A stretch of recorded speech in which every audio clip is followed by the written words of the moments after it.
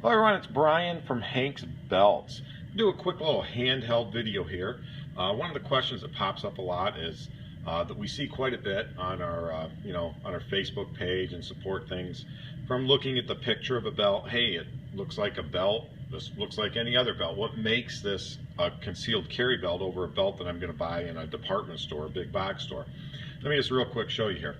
On the top here, this here is a Hank's Solid full grain genuine leather belt. This one is like I think this is an 18-ounce Old World Harness belt. And then here's a department store belt that you're going to buy. You take a look at them there, and on the face from a picture, they kind of look, they kind of look both like a belt. This one here, not a bad looking belt. I mean, it's just a basic department store belt. But here's where you're going to notice the difference. I've worn this for a long time, over a year. I've worn my Hank's belt here. It's just wearing in nicely. You can see it's a nice super thick belt. Still looks good around the holes. You've probably all had a belt. Here's your department store belt. Flip it over, and there's what you're going to get. You can see a lot of this cracking at the holes. It breaks. I mean, if you're carrying a weapon on this belt just isn't designed for that. It's not going to hold up. It starts to delaminate. Probably get up here, you will see it's coming apart, it's splitting. And again, this usually happens, I mean, if you're using this as a carry belt, could happen in like 6 months time or so. They're just not designed for it. They're going to hold up, they're going to crack at the holes. These can actually end up breaking, failing, and that's really not responsible concealed carry. You got to have a decent belt. Easy here, you put them side by side, you can see the difference in thickness here on these. And generally what these are, just these type belts are processed type leather. They'll say genuine leather or they'll say bonded leather. And what that comes down to, this is two super thin pieces of leather. I mean, this stuff is you can see, it's very thin. This particular one, the back may not even be leather on it. Sometimes they use a plastic or a man-made material. And even the leather, if you see bonded leather, genuine leather, it's a process type leather. I'm going to walk over here to the other side. I'm going to kind of show you what I mean, the leather on this belt compared to this one. Hang right on. We're going to go take a look over here.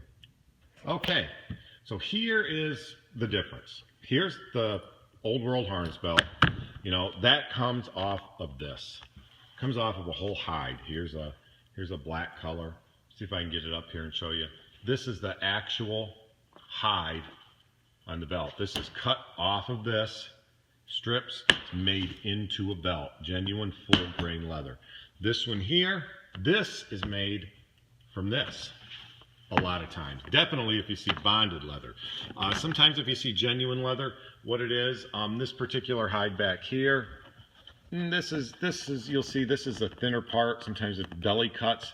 They'll use that part to make, you split it down, make real thin pieces to make a couple thin pieces of leather to make this type of belt.